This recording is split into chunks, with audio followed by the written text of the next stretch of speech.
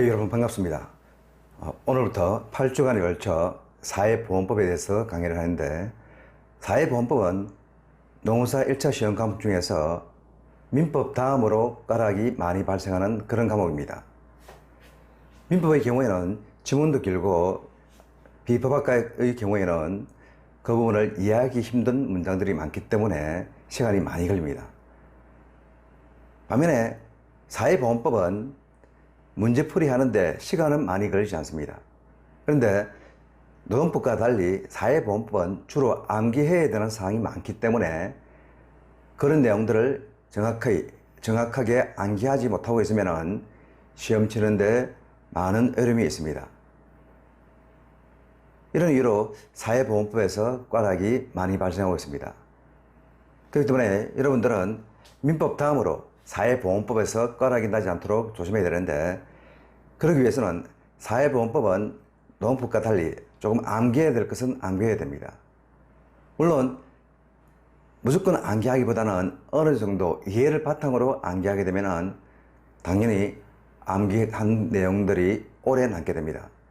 그래서 가급적이면 이해를 하면서 이해를 바탕으로 암기하는 것은 똑같은데, 오히려 노동법 1, 2보다는 숫자라든가 뭐뭐 하여야 한다, 뭐뭐 노력해야 한다 라는 등의 기술적인 부분에서 여러분들이 무조건적으로 암기해야 되는 내용들이 있습니다.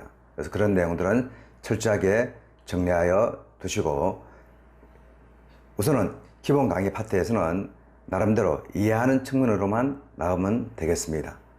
숫자 같은 경우는 꼭 반드시 당장 암기해야 되는 건 아니겠죠. 오히려 시험이 거의 1년 가까이 남은 시점에서 이런 내용들을 암기했다가는 1년 동안 암기하기는 좀 힘들 겁니다. 그래서 꼭 암기해야 되는 숫자라든가 이런 부분들은 나중에 시험 한 두어 달 전에 그때부터 준비하면 되고, 암기 말고 기본적으로 사회보험법이 어떠한 논리를 가지고 진행되는가 하는 부분을 먼저 전체적으로 이해하고, 그리고 이해하는 과정에서 자연스럽게 암기되는 부분들은 암기해두고, 그렇지 않은 부분들은 시험 두세 달 전에 암기를 시작하면 될 겁니다.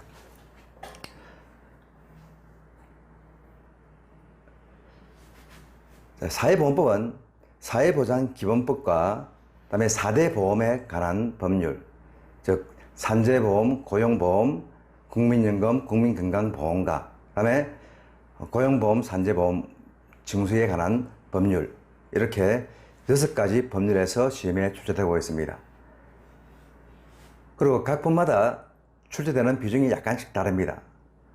국민건강보험과 국민연금법은 거의 매년 2문제씩, 올해만 국민건강보험 같은 경우 3문제가 출제되었습니다. 올해를 빼고 이전까지는 매년 2문제씩만 출제되었습니다.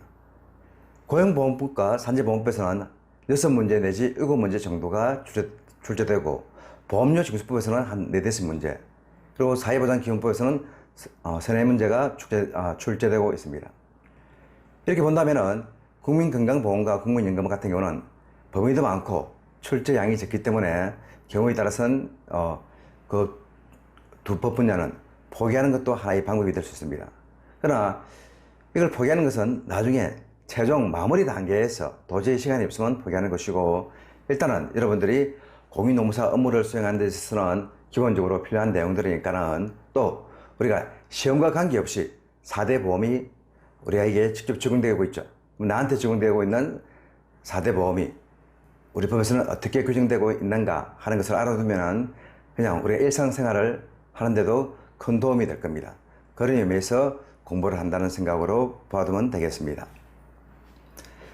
먼저 제일 편 사회보장기본법. 사회보장기본법은 법 조문이 그렇게 많지 않습니다. 한 30개 정도의 조문에서 3문제 정도가 출제되기 때문에 이 부분은 포기해야 되는 내용이 아니죠. 이 부분은 철저하게 정리해가지고 사회보장기본법에 관한 문제는 다 맞춘다고 보면 됩니다.